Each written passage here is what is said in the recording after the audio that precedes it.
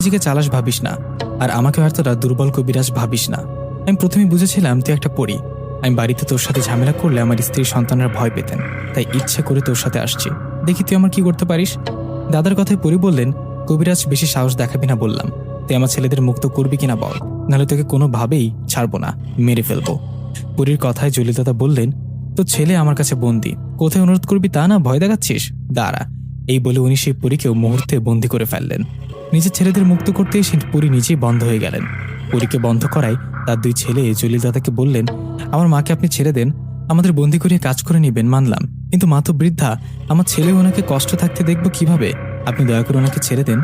সে জিন দুটোর অনুরোধে জলিল দাদা পরীকে মুক্ত করেন আর বলেন, শোন পরী, আমি তো ছেলেদের আমি বন্দি করেছি, মেরে তো ফেলিনি, আমি ওদের দিয়ে কাজ করাবো, আর কখনো যদি আমার মনে হয় ওদের মুক্ত করে দেয়ার তখন মুক্ত করব।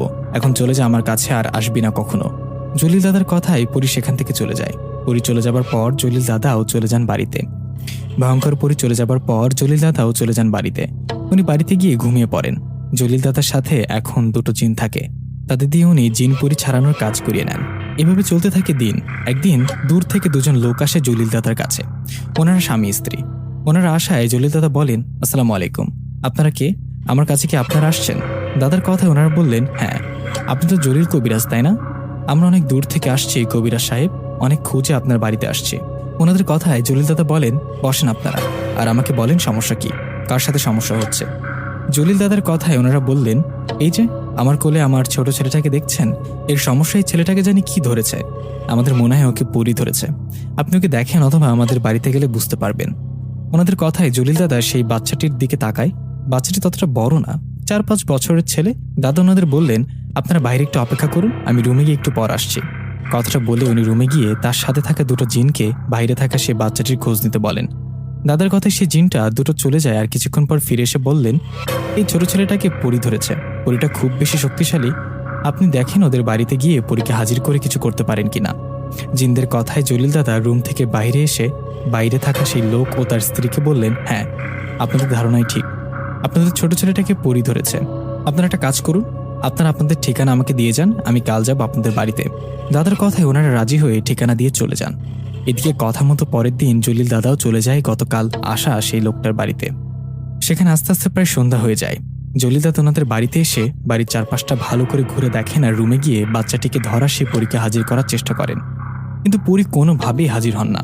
দীর্ঘ 2 ঘন্টা চেষ্টার পর জলিল দাদা ব্যর্থ হন পরীকে হাজির করায়। পরীকে হাজির করায় ব্যর্থ হওয়ায় জলিল দাদা বলেন, আজকের সমস্যার জন্য পরী হাজির হচ্ছে না, আমি আজকে রাতে আর বাড়িতে ফিরব না।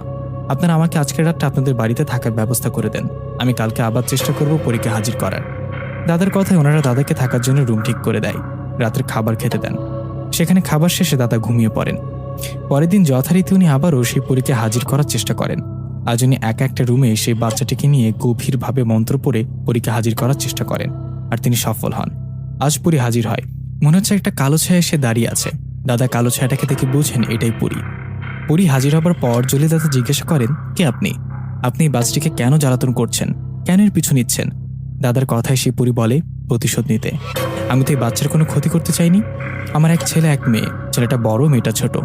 আমার ছোট মেয়েটা এই যে এনাদের ছোট ছেলেটার সাথে খেলা করত, এই বিষয়টা ওনারা জেনে যায়। এক রাতে আমার মেয়েটা ও ওনার ছেলেটা খেলা করছিল, তখন সেই লোকটা লাঠি দিয়ে আমার ছোট ছেলেটাকে মারে আঘাত করে। আপনি বলুন, এত ছোট বাচ্চাকে কি এভাবে মারা ঠিক? সে জিনের বাচ্চা বা মানুষের বাচ্চা হোক। আমার বাচ্চাটাকে আঘাত করার ফলে আমি ওনার ছোট বাচ্চাটার শরীরে ভর করি। ওরা আমার বাচ্চাকে আঘাত করায়, আমি ওদের সহ ওদের বাচ্চাকেও শাস্তি দেব। পরী কথায় জলিল দাদা বললেন, না, এটা করা যাবে না। ওনারা না বুঝে আপনার ছেলেকে আঘাত করেছে, ওদের মাফ করে দিন আর চলে যান। কিন্তু পরী কোনোভাবেই যেতে রাজি হন না।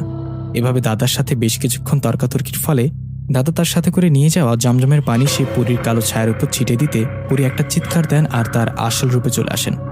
পরী তার আসল রূপে আসায় জলিল দাদা হা হয়ে পরীর দিকে তাকিয়ে থাকেন, কারণ পরী ছিল অসম্ভব সুন্দরী, এতটা সুন্দরী যে দাদা চোখ সরাতে পারছেন না। দাদা এক দৃষ্টিতে তাকিয়ে থাকে। এই সুযোগে পরী সেখান থেকে পালিয়ে যায়। পরী চলে যাবার পর জলিল দাদা ওনাদের বলেন, আপনাদের ভয় নেই, পরী আর আপনাদের ছোট ছেলেটাকে কিছু করতে পারবে না, পরী যা করার আমি করব। এই বলে বাড়িতে চলে যান জলিল দাদা। উনি বাড়িতে যাবার পর পরীর কথা ভুলতে পারেন না, বারবার যেন তার মুখটা চোখের সামনে ভেসে ওঠে। এক কথা বলতে গেলে জলিল দাদা পরীর প্রেমে পড়ে যায়। পরীর কথা বলতে না পারায় দাদার সাথে থাকা জিন দুটোকে বলেন, তোমরা যাও ওই পরীর বিষয়ে খোঁজ নিয়ে আমাকে জানাও। পরী কোন গোত্রের জিন কোথায় থাকে, ওর পারিবারিক অবস্থা কি, সব আমাকে জানাও। দাদার কথায় সেই জিন দুটো পরীর বিষয়ে খোঁজ নিতে যান আর কিছুক্ষণ পর ফিরে আসেন।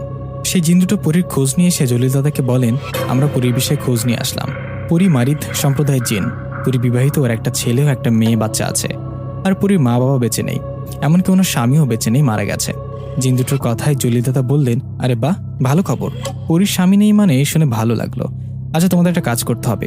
আমি চাই সেই পরীকে বন্দি করতে, আমার বশে আনতে, কারণ ওকে আমার ভালো লেগেছে। দাদার কথায় সেই জিন দুটো বললেন, কবিরাজ সাহেব, এটা সম্ভব না, আমরা এই কাজ করতে পারবো না, কারণ পরী আমাদের থেকেও অনেক বেশি শক্তিশালী। আমরা যদি পরীকে ধরে নিয়ে আসতে যাই তাহলে পরী আমাদের মেরে ফেলবে, আমরা শক্তিতে তার সাথে পারবো না। জিনদের কথায় জলিল দাদা বললেন, তোমরা না পারলেও আমি পারবো। পরী যতই শক্তিশালী হোক, আমার শক্তির কাছেও পারবে না। তোমাদের কোনো ভয় নেই, যা করার আমি করব। পরীর মুখোমুখি আমি হব, তোমরা শুধু আমাকে একটু সাহায্য করো। তখন জিন দুটো বললেন, কি সাহায্য করব বলেন। ওদের কথায় দাদা বললেন, পরীর ছেলেটাকে তোমরা ধরে আমার কাছে নিয়ে আসবা। ওর ছেলেকে আমার কাছে নিয়ে আসলে পরী নিশ্চয় ওর ছেলেকে বাঁচাতে আমার কাছে আসবে, তখন যা করার আমি করব। দাদার কথায় সেই জিন দুটো দাদাকে আবারও সতর্ক করে দিয়ে বললেন, আরেকবার ভেবে দেখুন, বড়